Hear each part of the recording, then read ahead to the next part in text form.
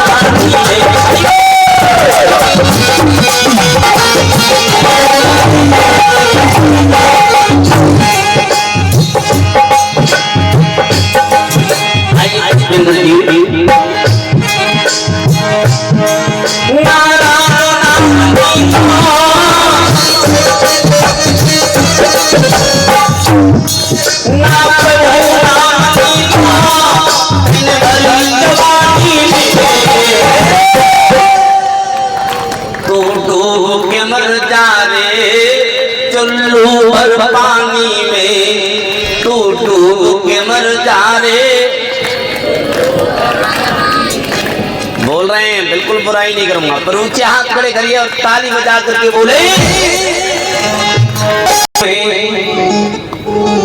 अंतर नहीं निवेश, एक नैन गंभीर है, एक चपल विशेष। कहते राम कृष्ण दो एक हैं, अंतर नहीं निमेष, एक के नैन गंभीर हैं, एक के चपल विशेष। पर मैं कह रहा हूं इन दोनों में अंतर है, राम और कृष्ण दोनों में अंतर है महाराज। यदुकी 55 पीढ़ी बाद नंद और वसुदेव का जन्म हुआ। वसुदेव थे बाबा जो देवमीर थे, जो बटेश्वर की राजा थे। इनकी 3 रानी है, सत्यप्रभा, अश्विका और गुणवंती। सत्यप्रभा से सत्यवती नाम की कन्या हुई, अश्विका से सूरसेन, गुणवंती नाम की जो लड़की है ना, ये अग्रवाल वनियों की लड़की है, अग्रवाल वनियों की बेटी है गुणवंती। इनसे 3 पुत्रों का जन्म हुआ, अर्जुन, अर्जुन और राजन। नंदो भये परजन के सूर सुमन वसुदेव, सगे चचेरे बंद दो मूर्ख माने वेद। नंद और वसुदेव ये सगे चचेरे 2 भाई मेरे श्रोता बंधु। मथुरा के राजा कौन है? मैया तुम्हें जगह नहीं मिल रही? दादी मैया, बूढ़ी मैया, लो बैठ जाओ, जहां जगह मिल जाए वही बैठ जाइए। मथुरा के राजा कौन है? उग्रसेन। महाराज उग्रसेन ऐसे राजा हैं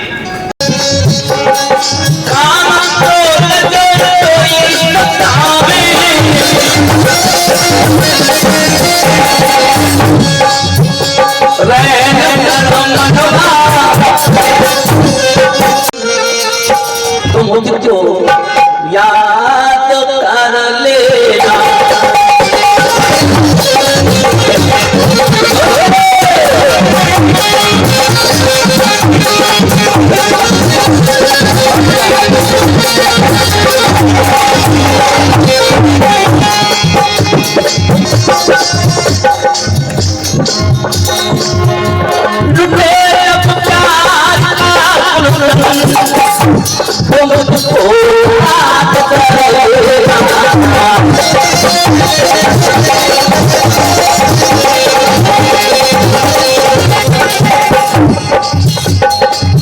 ऐसा मान पता है आप भी वृंदावन बैठे। हाँ, तुम्हें भी आनंद आया, मुझे भी आनंद आया। लुटे जब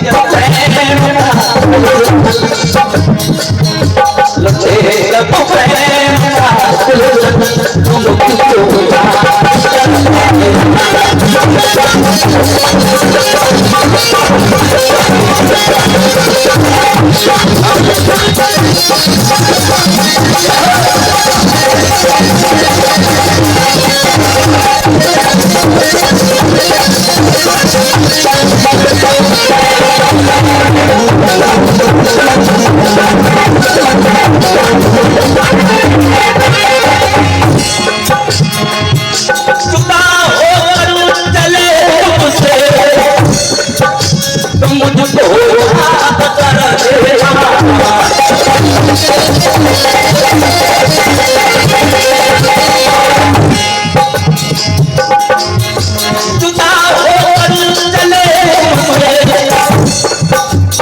मुझको याद करोगे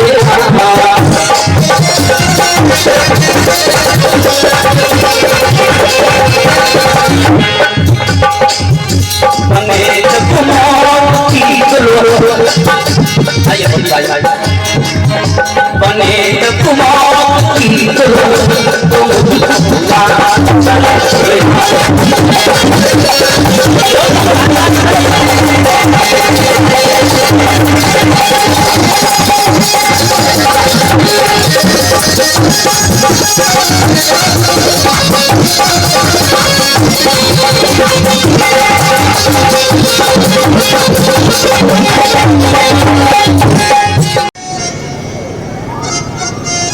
और मैं कह रहा हूं आपको भगवान मिल गया, आपका भगवान तुम्हारा पति है। सही बताओ, पति की सेवा करो। बात न माने, बात न माने, जो की बात न माने।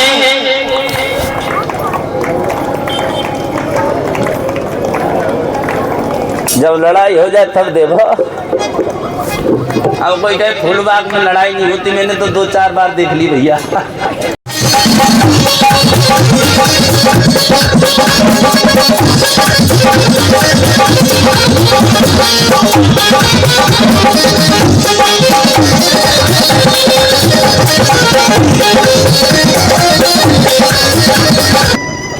रानी कंवर रेखा ने एक बच्ची को जन्म दिया।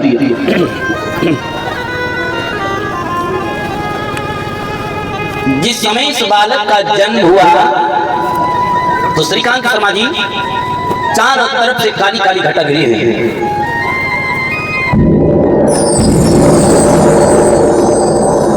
तो क्या हो गया? बिजली चमक जिस समय इस बालक का जन्म हुआ समुद्र खोल जो गाय है ना, जो गाय दूध देती है, गायों के स्तनों से रक्त निकलने लगा अपने आप। इतना भयंकर इस बालक का जन्म हुआ।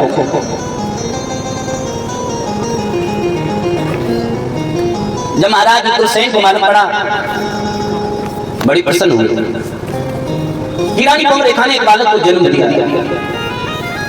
तो महाराज उग्रसेन ने वहां के जो पुरोहित थे वो कौन थे? श्री गर्गाचार्य ब्राह्मण। श्री गर्गाचार्य ब्राह्मण को बुलाया और कहा या कंस का भी जन्म भादों में हुआ है। गर्गाचार्य ब्राह्मण को बुलाया और कहा आप हमारे बालक का नाम रखो। श्री गर्गाचार्य ब्राह्मण ने उस बालक का नाम कंस रख दिया। कंस बोलिए महाराज कंस की। देखो ये कंस के खानदान के बैठे हैं, कंस के परिवार वाले बैठे हैं। वास्तविक बात भी सत्यता है। अच्छा, इसका नाम कंस क्यों पड़ा? इस बालक का नाम कंस क्यों पड़ा? जिस समय इस बालक का जन्म हुआ है ना तो ये कांसों पर गिर जाता है, इसलिए इस बालक का नाम कंस रख दिया। दूसरा और भी कारण है।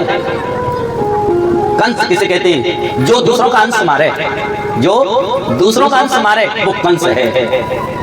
देखो सत्य को द्वापर त्रेता में सत्य में राक्षस कौन था? कौन था बताओ? नहीं मालूम तो पूछो। कौन था? सत्य में राक्षस था हिरण्याक्ष। कौन था? हिरण्याक्ष। और त्रेता युग में भी नहीं मालूम किसी को? रावण। और द्वापर युग में कंस। और कलयुग में मैं जिसके अंदर अहंकार है, मैं कुछ हूं, वही तो कंस है। श्री गर्गाचार्य ब्राह्मण बता रहे सुनो, ये बालक अशुभ सूचक है। ये अपने नाम को तो कलंकित करेगा ही, पर तुम्हारे नाम पर भी कलंक का टीका लगाएगा। सुनो ये बालक अशुभ सूचक है। महाराज उग्रसेन ने उस बालक को सिंदूक में बंद किया और यमुना में बहा दिया। एक सिंदूक को लिया है, उस बालक को सिंदूक में बंद किया, यमुना में बहा दिया। बटेश्वर के राजा हैं सूरसेन, वो प्रातःकाल यमुना में स्नान करने आया करते थे। जब महाराज सूरसेन ने उस बालक को सिंदूक में देखा, सिंदूक को खोद करके देखा है तो उसमें एक बालक है। उस बालक को अपने यहाँ ले जाते हैं। मेरे श्रोता, जब एक दिन कंस बड़ा हुआ,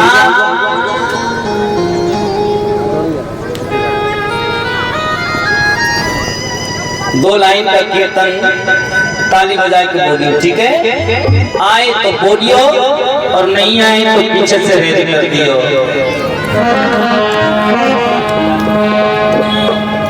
कन्हैया तेरी मुरली बड़ी बेईमान, कन्हैया तेरी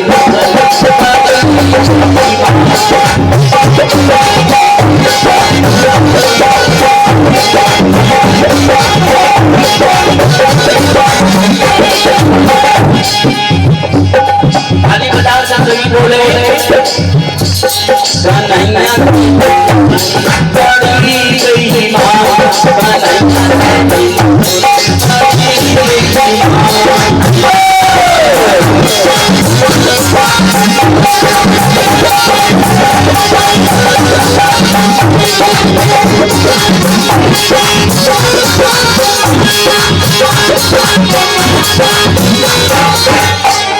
तो स्नान किया, तुम्हारी श्रृंगार वाणी निकाली, क्रीम निकाली और अपनी जब क्रीम को निकाला तो अपनी हथेली पे रखी। तब तक आ गया छोटा वाला देवर। देवर ने कहा भाभी ये क्या है? भाभी ने कहा ये क्रीम है। देवर ने कहा भाभी थोड़ी सी क्रीम मुझे देना। भाभी ने थोड़ी सी क्रीम देवर की हथेली पे रख दी। देवर ने वो क्रीम जीभ से चाटा, भाभी ने चाटा, बदतमीज नहीं, भाग यहाँ से। रोता हुआ भैया के पास में पहुंचा, भैया मुझे भाभी ने मारा है। भैया ने विचार किया भाभी की इतनी बड़ी हिम्मत, अरे आज तुझे मारा कल मुझे भी मारेगी। दौड़ के आया, तूने मेरे भाई को क्यों मारा? सुनो, मैं स्नान करके आई, अपने चेहरे पर क्रीम लगाने वाली थी, तुम्हारे भैया ने कहा ये क्या है? मैंने कहा ये क्रीम है। तुम्हारे भैया ने थोड़ी सी क्रीम मांगी तो मैंने तुम्हारे भैया की हथेली पे क्रीम रख दी। सो तुम्हारे भैया ने वह क्रीम को जीभ से चाट लिया। बड़े वाले भैया ने कहा अरे बिल्कुल बिल्कुल पागल ही है, रोटी में चुपड़ के ना खाई गई।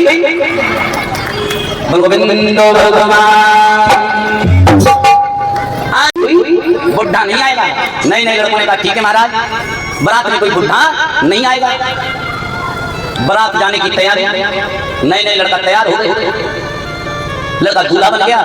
जब बारात जाने की तैयारी, दूल्हा का जो नाना है वो नहीं माना कि मैं बारात में जरूर जाऊंगा। लड़कों ने मना किया नहीं तुम बारात में मत जाओ, बारात में आप गए तो बारात वापस लौट जाएगी। दूल्हा का जो नाना है ना बोला नहीं मैं बारात में जरूर जाऊंगा। लड़कों ने बहुत मना किया। जब नाना नहीं माना तो जो गाड़ी होती है, जो डिग्गी होती है पीछे वाली, उसने नाना को बंद कर दिया। जब नाना को बंद कर दिया, बारात पहुंची जनवासे में, तो लड़की वाले ने पहरेदार भेजा, रहने दियो। जब लड़की वाले ने पहरेदार भेजा, देखो बारात में कोई बुढ़ा तो नहीं आया। पहरेदार ने देखा तो बारात में कोई बुढ़ा है ही नहीं। लड़की वाले ने कहा ठीक है ये शादी करने के लिए हम तैयार हैं, पर हमारी एक शर्त है। क्या? हमारे गांव के किनारे पर एक नदी है, नदी बह रही है। हमारे गांव के किनारे पर एक नदी बह रही है, आप उस नदी में दूध की नदी बहा दो। अब नए लड़का चक्कर में पड़े, बताओ इतना दूध कहां से लाएंगे भैया? अरे 1-2 कुंटल दूध की बात हो तो व्यवस्था भी करें, 10-20 कुंटल दूध की बात हो तो कहीं से मांग के भी लाएं। इतना दूध कहां से लाएंगे? दूध की नदी कहां से बहाएंगे? नए लड़का चक्कर में पड़ गए, संशय में पड़ गए। अब शादी नहीं होगी, बारात वापस लौटेगी। बारात वापसी जाने की तैयारी, जो दूल्हा का जो नाना है ना गाड़ी की डिग्गी में से बोले क्या हुआ? लड़कों ने कहा चुप बैठे रहो, हमने पहले मना की कि बारात में मत जाओ, होगी शादी। बोले बात क्या होगी, बात तो बताओ। बोले बात ये होगी लड़की वाले ने शर्त रखी है, गांव के किनारे पर एक नदी बह रही है पानी की, आप उस नदी में दूध की नदी बहाओ। फिर बुढ़ा ने कही इतनी छोटी सी बात मात्र। लड़कों ने कहा तुम इतनी छोटी सी बात बता रहे हो, अरे बताओ इतना दूध कहां से लाएंगे? 2-4 कुंटल दूध की बात हो, 10-20 कुंटल दूध की बात हो तो व्यवस्था भी करें। बुढ़ा ने कहा सुनो, लड़की वाले से जा करके कह दो तुम्हारे गांव के किनारे पर जो दूध पानी की नदी बह रही है ना, पहले आप उस नदी का पानी खाली कराओ, उसके बाद हम दूध की नदी बहा देंगे। भगवान की गांव के किनारे पर जो नदी बह रही है पानी की, पहले आप उस नदी का पानी खाली कराओ, उसके बाद हम दूध की नदी बहा देंगे। फिर लड़के वाला समझ गया बारात में कोई बुढ़ा जरूर आया, बारात में बुढ़ा जरूर आया है। देखो बुढ़ाओं बुजुर्गों का होना बहुत जरूरी है। बुजुर्ग हैं आन शान, जैसे हरे भरे पेड़ पौधे होते नहीं, इसी प्रकार ये बुजुर्ग हमारी एक शोभा है। जब बुजुर्ग हैं तो घर ऐसा मालूम पड़ता है जैसे भरा हुआ है, और जब बुजुर्ग नहीं है तो घर खाली सा मालूम पड़ता है। मेरी जब कंस ने कहा प्रजा के वासियों तुम्हें युवा राजा की जरूरत है या बुढ़ा की? नहीं नहीं, लड़कों ने कहा महाराज हमें युवा राजा की जरूरत है, बुढ़ा की कोई जरूरत नहीं है। नाम लेने से पहले आप जो ताली बजाकर स्वागत करिए। से भी घूम करके आए, ऐसी कोई कॉलोनी नहीं है जिन्होंने मेरी जन्मभूमि नहीं देखी। सही बता रहा हूँ। बसने वाले डाकी तैयार हो तो बिल्कुल धीरे से जयकार लगे, कोई सुना नहीं। कृष्ण कृष्ण की तुम नहीं मानोगे, फूल बात कॉलोनी वाले हो, ये नहीं मानेगा, ये भी जगाएगा। स्वागत कृष्ण स्वागतम। अच्छा और बड़े डिजाइन थे। स्वागतम कृष्ण स्वागतम कृष्ण।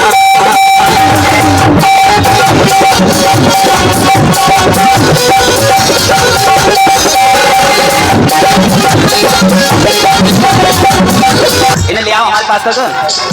ऊंचे हाथ खड़े करें।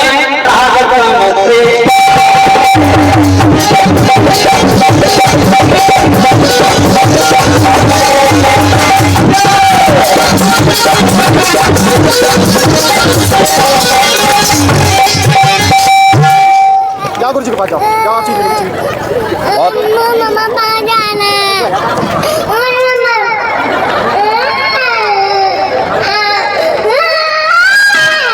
आपने बनिया ही ब्राह्मण है। देखो बालक के अंदर न काम है, न क्रोध है, न मोह है, न लोभ है, न अहंकार है। बालक भगवान का स्वरूप है।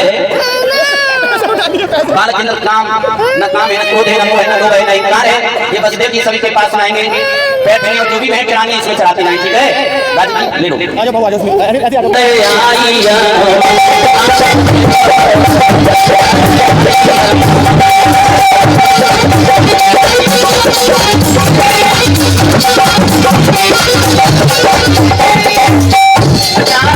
भगवान कन्हैया की खुशी किसको है?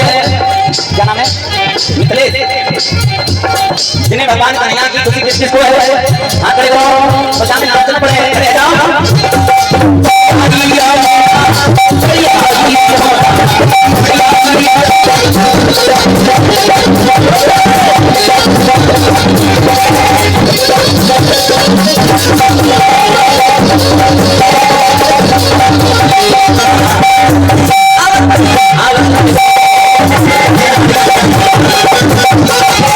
हाँ देखो अपने देखिए वो कितनी जल्दी खिलौना है। बैठ जाओ।